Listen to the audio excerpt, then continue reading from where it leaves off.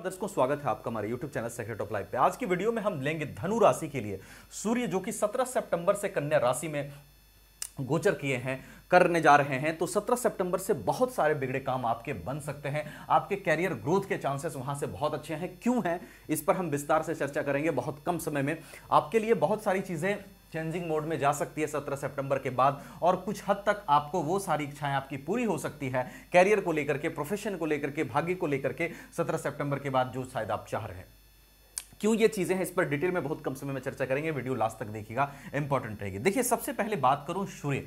सूर्य कारक होते हैं हमारे यश के, मान के, सम्मान के, पद के, प्रतिष्ठा के, गवर्नमेंट सेक्टर के, साथ ही साथ हमारी बॉडी में इम्यून सिस्टम के, हमारे लीवर को प्रेजेंट करते हैं, लीवर के कुछ हिस्से को प्रेजेंट करते हैं, हमारे हार्ट को प्रेजेंट करते हैं, हमारी आंखों को प्रेजेंट करते हैं। अनाहता चक्र भी सूर्य से रिलेटेड होता है। तो सूर्य बहुत ही इंपॉर्टेंट ग्रह होते हैं। उसके साथ साथ ये हमारे धन को भी बहुत हद तक दिलाने वाले ग्रह होते हैं। पिता के कारक होते हैं, पिता से मदद दिलाने वाले होते हैं, पैतृक संपत्ति दिलाने वाले ग्रह होते हैं। उसके साथ साथ ये एक ऐसे ग्रह हैं जो नवग्रह में राजा की भूमिका में है, किंग है सूर्य सोलर सिस्टम का, क्योंकि इन्हीं से सभी ग्रहों को ऊर्जा और ऊष्मा और एनर्जी मिलती है, लाइट मिलती है, और ये पावर रखते हैं बाकी सभी ग्रहों के नेगेटिव इफेक्ट को भी कम करने का, अगर ये कुंडली में आपके अच्छे बैठे।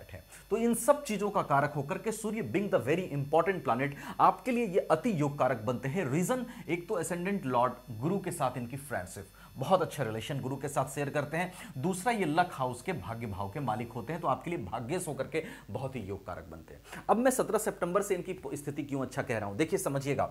सबसे पहले जब ये वृष राशि में थे, अगर मैं 3-4 महीने की बात करूं, लगभग 1 महीने ये एक राशि में रहते हैं। 6th हाउस में त्रिक भाव में थे, तब भी ये उतने अच्छे नहीं थे।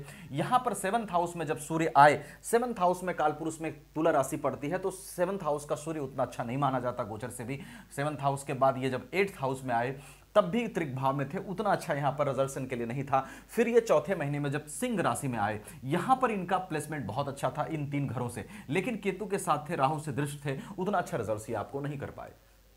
अब जब ये यहां पर आएंगे, 10th हाउस में आएंगे, यहां पर 10th हाउस में सूर्य दिग्बली होते हैं, त्रिकोण के लॉर्ड होकर के केंद्र में जाएंगे, बहुत ही अच्छी पोजीशन है। हाँ, कहां थोड़ा सा ध्यान रखना है, शनि की दृष्टि है, थोड़ा सा ध्यान क्या रखना, रेमेडी क्या करना है वो भी बताऊंगा। अब देखिए, जब 10th हाउस में सूर्य यहां आए हैं, तो लगभग 4 महीने बाद ये एक बहुत अच्छे कंडीशंस में आए हैं। तो यहां पर बैठे सूर्य जब दिग्बली होंगे, सबसे पहले भाग्य के कारण, अगर अटका हुआ काम था आपका, बहुत सारे काम जो भाग्य के कारण अटके हुए थे, वो आपके बन सकते हैं। भाग्य आपका जो है साथ देता हुआ 17 सितंबर से दिखाई दे रहा है। रीजन बिहाइंड दैट, सूर्य बढ़िया पोजीशन में आए हैं भाग्य से। दूसरा, भाग्य के चलते अगर काम अटके हुए थे, तो वो आपके अटके हुए काम बन सकते हैं। कुछ चीजें जो सोचकर आप रखे थे, नहीं कर पा रहे थे, 17 सितंबर के बाद कर सकते हैं। आपका मान सम्मान, प्रभाव, अगर यश अगर बहुत घट गया था, तो 17 सितंबर से रिकवरी करने का टाइम आपके लिए होगा। कुछ ऐसे सिचुएशन बन सकते हैं जहां से फिर से आप रिस्पेक्ट को गेन कर सकते हैं।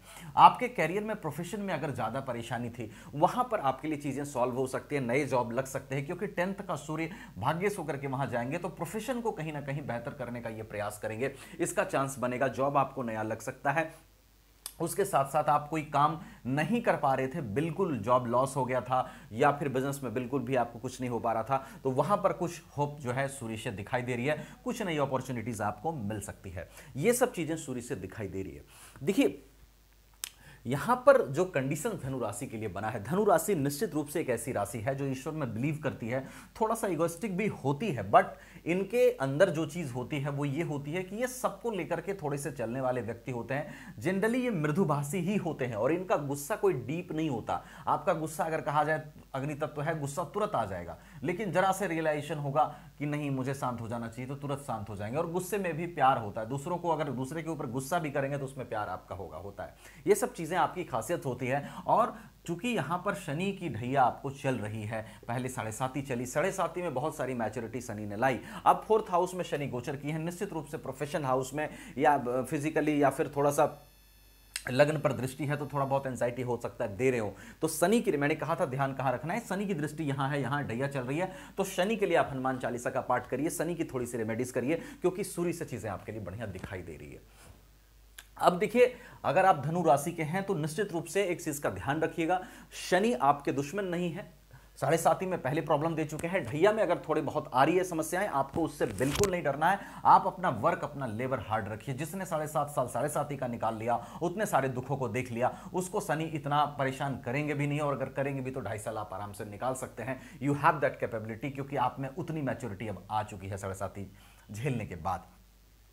अब आप हनुमान चालीसा का पाठ करिए, सूर्य भगवान को प्रणाम कीजिए, सूर्य के 20 मंत्रों का जाप करिए। ये सब चीज़ें आपके लिए बेहतर हैं। और रेस्ट मैंने ये आपको गोचर आधारित व्यवस्था से चीज़ें बताई। आपके कुंडली में सभी ग्रहों की पोजीशन कैसी है, लगन कुंडली में कैसी पोजीशन है, नवमांश कुंडली में ग्रहों की कैसी पोजीशन है, अष्टक वर्ग कैसा है, षड्बल में ग्रहों की स्थिति क्या है, महादशा किसकी चल रही है, अंतरदशा किसकी चल रही है, सभी बातों पर प्रेडिक्शन निर्भर करेगा। तो कंप्लीट इन्फॉर्मेशन के लिए अपनी चार्ट भी एक बार जरूर दिखाइए, सिर्फ सूर्य के गोचर पर निर्भर नहीं करेगी चीज़ें। तो एक बार चार्ट अपनी जरूर दिखाइए। अगर आप हमसे दिखाना चाहें, वीडियो डिस्क्रिप्शन में व्हाट्सएप नंबर मिलेगा, कहीं और दिखाना चाहें वहां भी दिखा सकते हैं। वीडियो को लाइक शेयर करके चैनल को सब्सक्राइब करना बिल्कुल मत भूलिएगा, क्योंकि मैं हमेशा कोशिश करता हूं कम समय में आपको अच्छी से अच्छी जानकारी दे सकूं। Thank you so much.